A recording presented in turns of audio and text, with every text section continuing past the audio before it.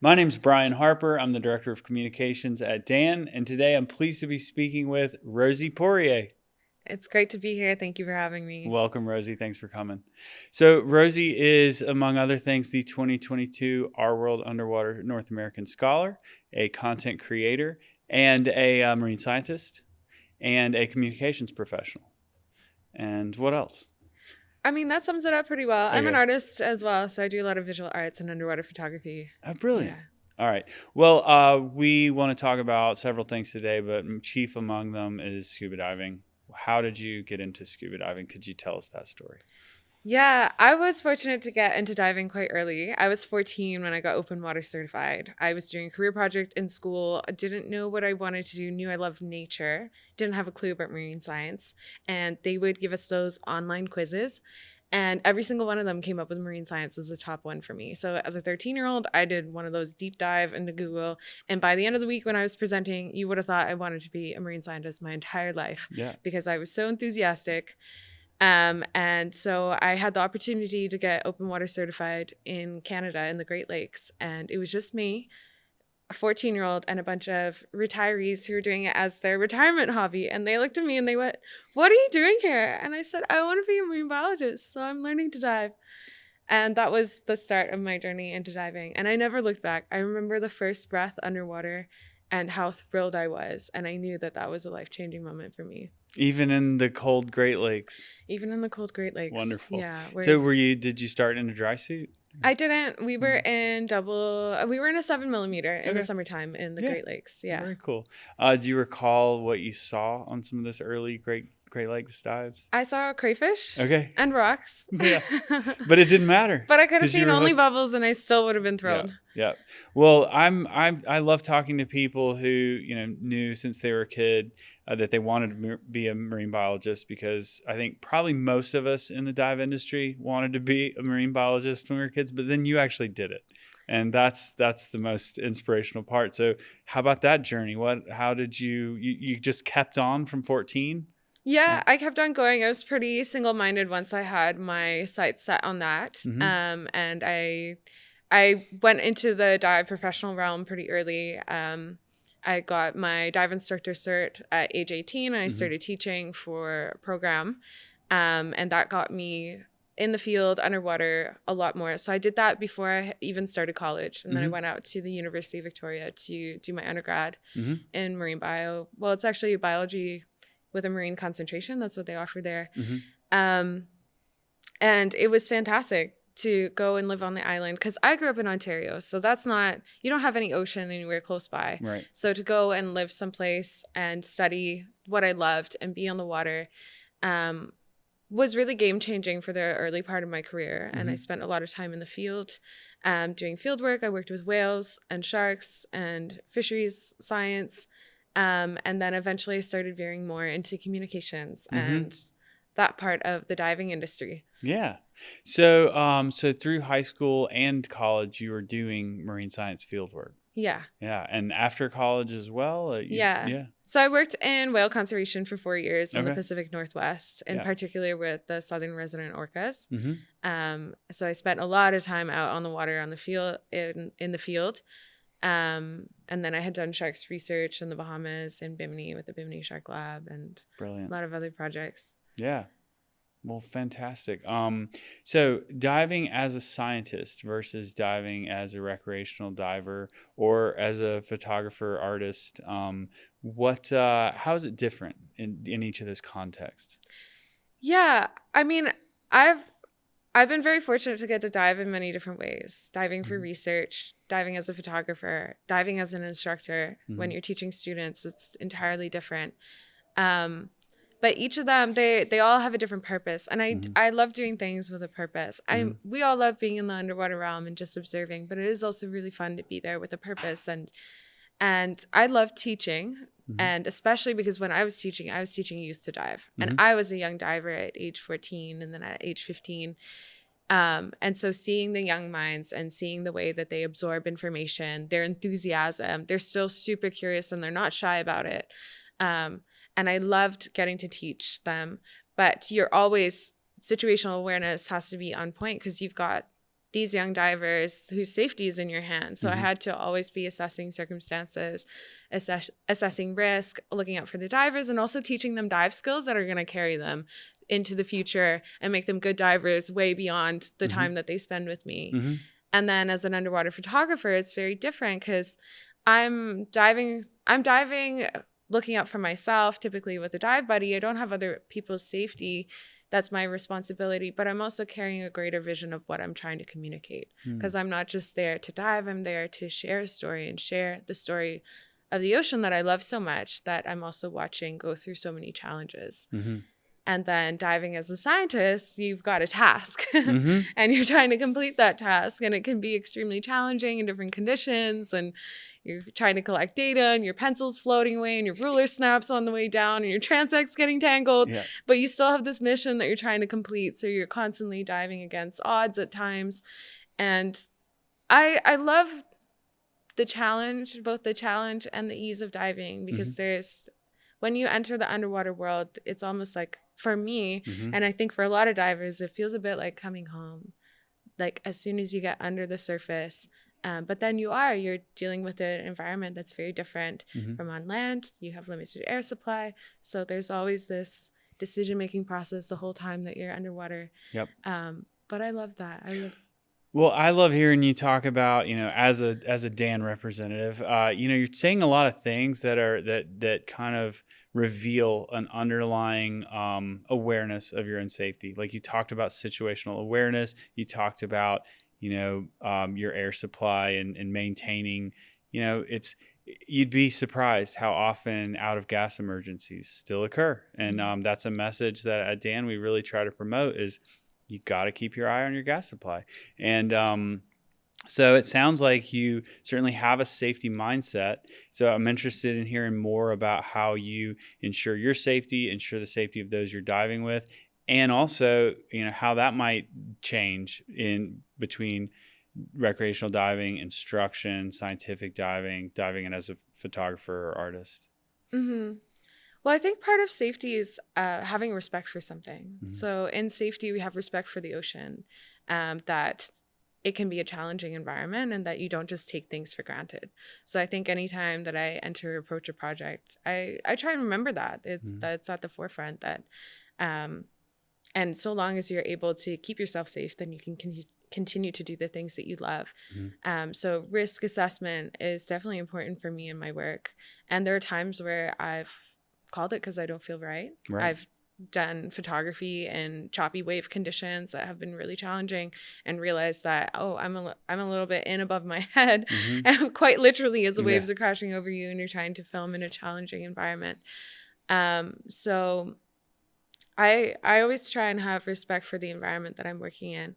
And I did my cave diving training 2 years ago in Abaco with Brian Kakuk, and he's an incredible instructor. And one of the things I was curious about was, in my mind, I asked him, I was like, you must not be scared anymore. I mean, you do this all the time, and you're doing these really challenging dives. And here I am, I'm at the start of something that he's had a whole career in.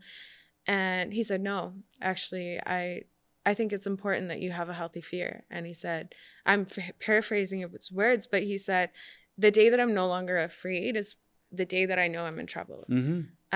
Because it's not that you live by fear, but it's that I think I see it more as that respect for the environment. So yeah, risk management is very important there. And so are you a Dan member? Yeah. Great. And have you learned anything from Dan? Have you used any of Dan's programs or services? How does Dan factor into your risk management thinking at all? Yeah, I used to teach rescue early when I first started teaching diving. I started off immediately teaching rescue. And it was rescue is the most fun course. I agree. Yeah. And I think it's the course where you get to watch the divers start to think more about their surroundings. Right. And it's really fun to set up the scenarios and help them start problem solving and thinking about risk management and put them under a little bit of pressure too. and see how they're reacting to that pressure. And especially because my students were like 13, 14 and 15, 16, 17, 18-year-olds. Yep. They were all high school age. And I was really impressed with the way that they would pick up on the skills and how eager they were to learn. And also how it helps someone become a more confident diver. Because I think back to when I did my open water, and sure, you do your open water course, but you don't actually feel like you can dive on your own after 4 open water dives. They hand you that card. Really? Yeah, you're going to let me, I can just go do it? Technically certified. I don't even think I got good at navigating until I was a dive master and I started having to actually navigate groups, and I felt the pressure. Oh my gosh, the pressure's on me. If I mess up, this whole like string of 10 people is following me. But part of it really is that trial and error, and then becoming a dive instructor helped me to actually really understand the skill sets, because now I'm teaching them to others and I want them to learn it well. And it also challenged me to think about how I could teach it to them in a way that they would remember it, because these are safety skills, a lot of it, like navigating, self-rescue, assisting other divers as well, even the simple ones like diver tow, because that can prevent a much more serious incident down the road if you can keep someone calm and assist them and not panicked. And I've been fortunate enough that I haven't had any major dive emergencies. I never actually had to supply O2 to anyone. Despite but you're trained in it. But I'm trained in it. There you go. Yeah. And I think part of risk management is to have training beyond what you will likely need. You want to know more than what you need on a daily basis, and having access to continual learning and having communities like Dan and a hotline that you can call and ask questions of without judgment, and to have that guidance to keep diving fun, because things are fun when there's when you can continue to do them. Hey, we love it. So, Rosie, why are you a Dan member? I'm a Dan member because I want to have my back covered when I'm diving. And Dan does a really good job of making that accessible, both through prices and having a lot of great perks. And I go for the full Guardian everything, because it covers free diving and other water sports. And that way I know that I not only have insurance, but I also have a community that I can lean on if I have questions, or if I need support. And I've always felt taken care of through Dan, and I continue to foresee that for the future. And I'm really grateful that we have something so accessible. Brilliant. Tell us more about your journey as an artist, especially in the underwater world. Yeah. So my journey with art started way before my journey with diving. Not having grown up near the ocean, my way of exploring things was through stories, through film, through painting. And I used to paint the worlds that I found fascinating. And I was painting the ocean long before I saw it with my own eyes. I swam in the ocean the first time at age 15. I had already been diving for a year. I had never seen the ocean, never touched a palm tree. And I had gotten scholarship at age 15 to participate in a program.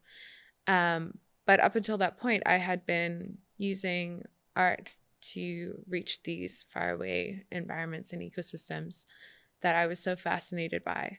And so then I started my dive professional journey, and I went and I studied marine science in university, and I didn't really see a place for art and all of that. It was really hard for me to conceptualize where are art and science working together. And so I put it aside, and my paints would come out late at night during exam season when I was too stressed to keep studying but too wired to fall asleep, and out would come the paints. And that was the only time that I would do anything with them.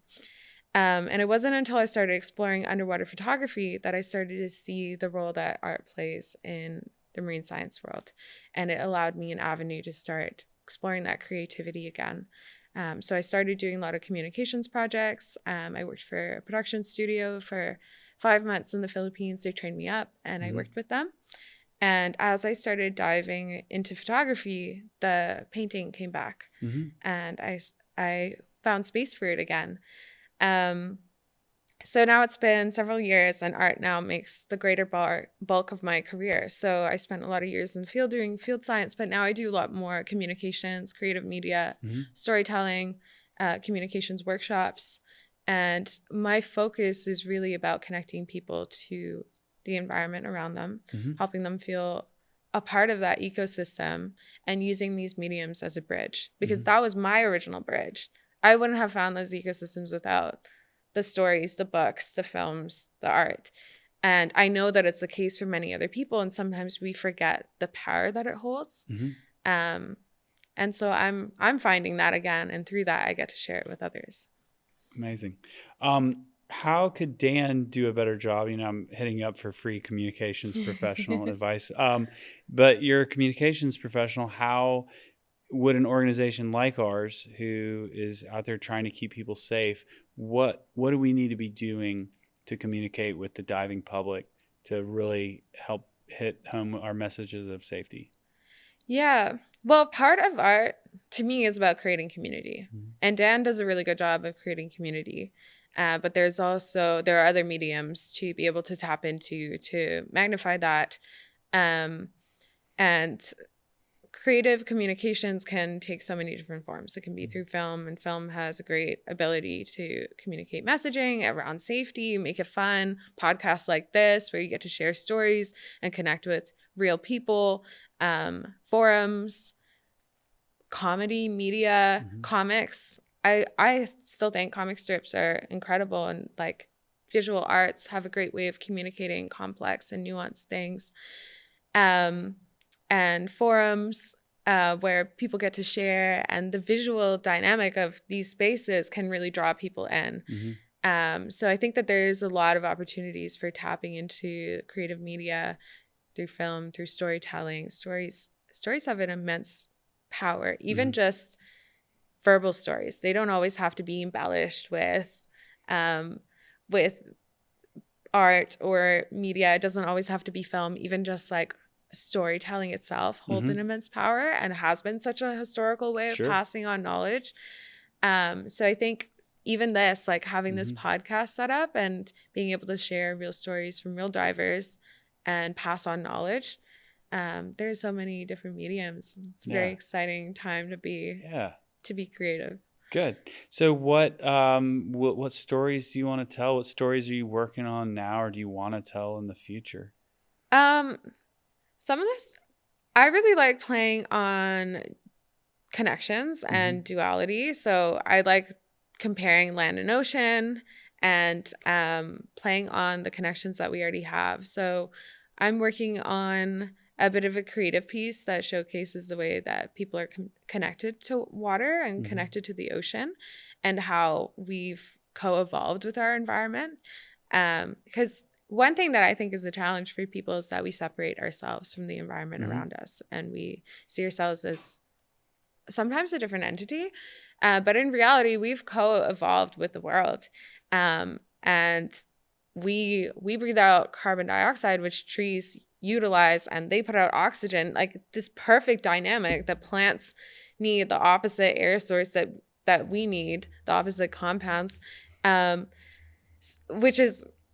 So I want to be able to showcase that visually so that people see themselves as much more connected to the environment, and see themselves as agents of change and players in some of the challenges that we're seeing today around habitat degradation and pollution, and to see themselves as an agent for positive change.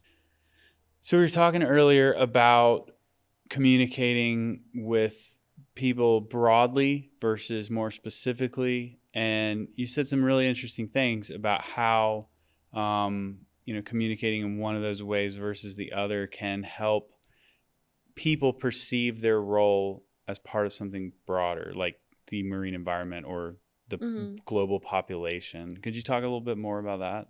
Yeah.